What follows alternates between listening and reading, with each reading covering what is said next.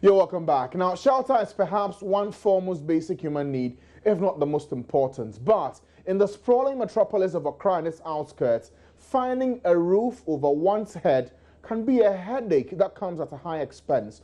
Ordinary people can barely afford a roof over their heads due to the soaring rent charges in Accra. In the following report, Felix Akoyam puts the spotlight on the difficulties many Ghanaians go through in finding shelter, which may not be a decent one after all.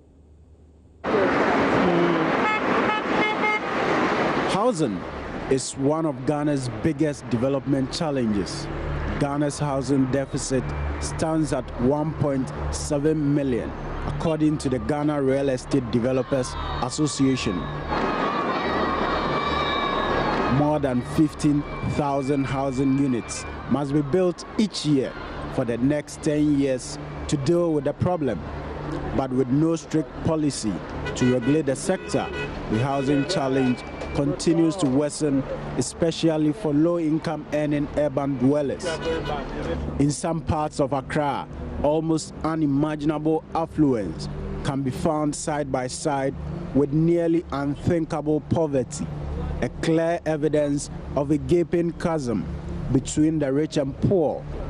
This grim reality appears not to have eluded the two major political parties in Ghana, the NDC and the MPP.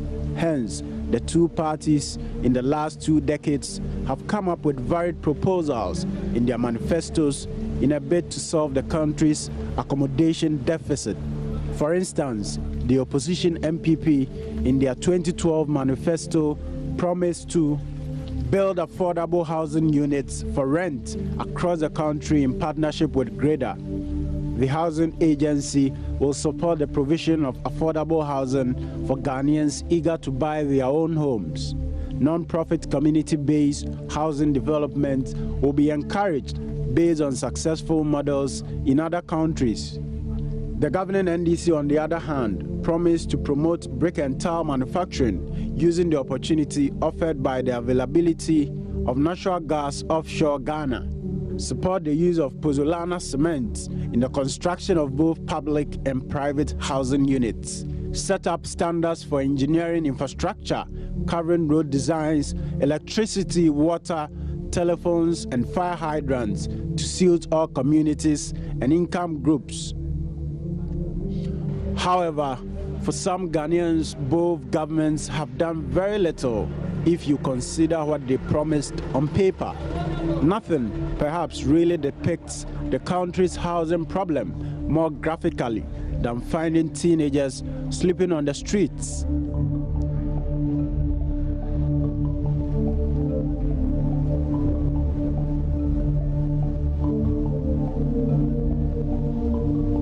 But even more chilling is what I found in this slum, Sodom and Gomorrah, otherwise known as Old Fadama, the city's largest slum. Most people living here are migrants from the north who have come to Accra in search of better prospects, but only a few of them live the better life they seek.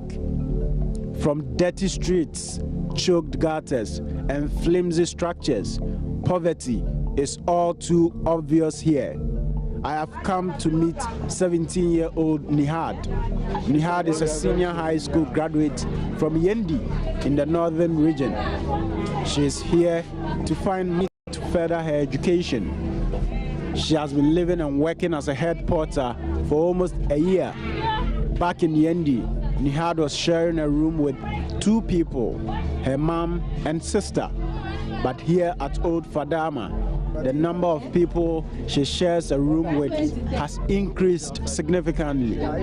It's akin to prison conditions. There is no mattress in this room. They sleep on racks and mats. More than 12 people live in this room. Oh, okay, that's how you sleep.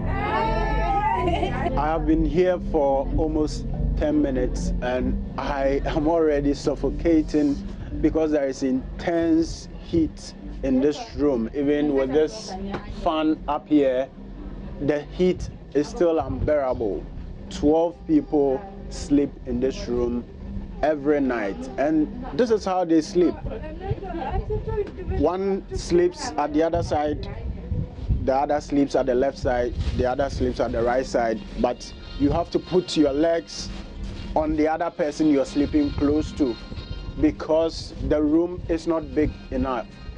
And perhaps nothing really mirrors Ghana's accommodation problem, the severity of Ghana's accommodation problem, than the condition of young ladies like these Kayayes who live here in Sodom and Gomorrah. And as Nihad explains, sharing a room with 12 people is difficult. Sometimes you can get up and step on someone because you're a man in the room. The person will be insulting, shouting, even if that is too late, like 12, 11, 10, 1. And the person got up, the person will be insulting because you step on her. Sometimes if there is light up, we'll just be lying down here because the way we're men in the room, we can't sleep. We can't sleep in the room, so some would come out and some would be in the room. Even those in the room today cannot sleep because of the warm. Her friend, who has lived here for only 2 months, shares similar concerns. I thought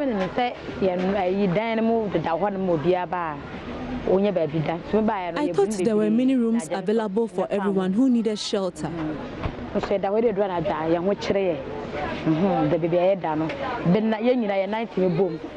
when I came, I realized that many people were sharing single rooms.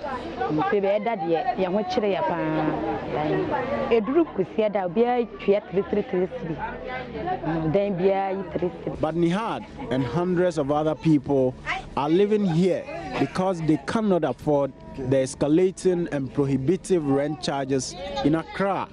For residents in this slum, living in a decent accommodation remains a distant dream. This is Odoko, a very popular residential area in Accra. I meet petty trader Lydia Annan. She lives here. 19 people live in this house. They share the same bath but have no toilet, a common reality in many old homes in Accra. Lydia has been living here for almost 5 years. Oh, a higher part to extend say be a matching would have we many idea no.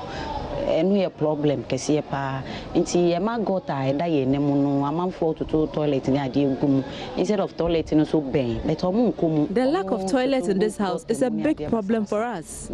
For instance, if you are suffering from a stomach upset at dawn, that can be a trying moment for you if you live in this house. People continue to dump fecal matter in the gutter in front of this house due to the lack of toilets here. There's a public toilet close by, but they keep dumping it in the gutter. And even at the public toilet, they don't keep the place tidy, so I always feel uncomfortable using it. Particular open time, just hold my agent. Agent in so be do we see Casa on Sakan. Is when I get there, I was a gun would have been my Nipano, Echino, Bisbefish, Yakotia, now the Sikanaye, Basani General problem. In spite of this, finding a room in Nodoko can be a mountainous task.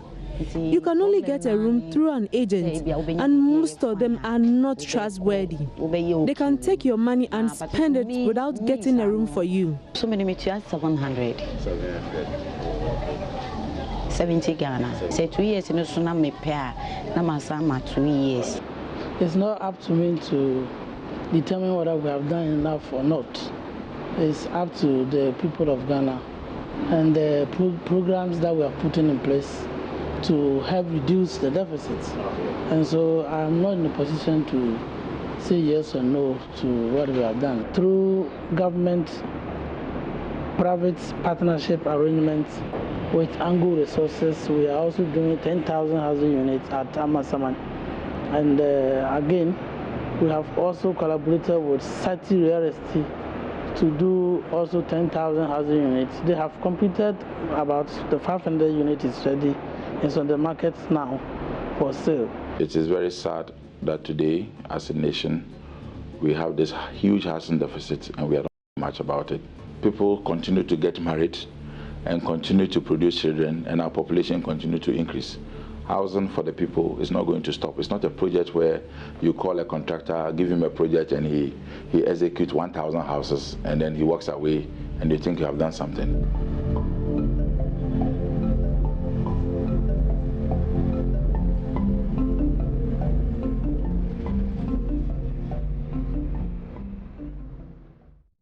So that's the Accra picture of the shelter issues we're having in the country today. Accommodation and housing will continue to be an issue that we will look at this week here on the Joy News channel on your multi-TV. That's for accommodation. We'll deal with that a bit more later on. But at this point, we'll go for another break. When we come back, there is sports to look at. Gary Alsmith will join us, and especially after all the talk and the movements after United's coach has been sacked and Jose Mourinho is looking to have a new job in Manchester. Details plus other sports stories after the break here on The Pulse. Stay with us.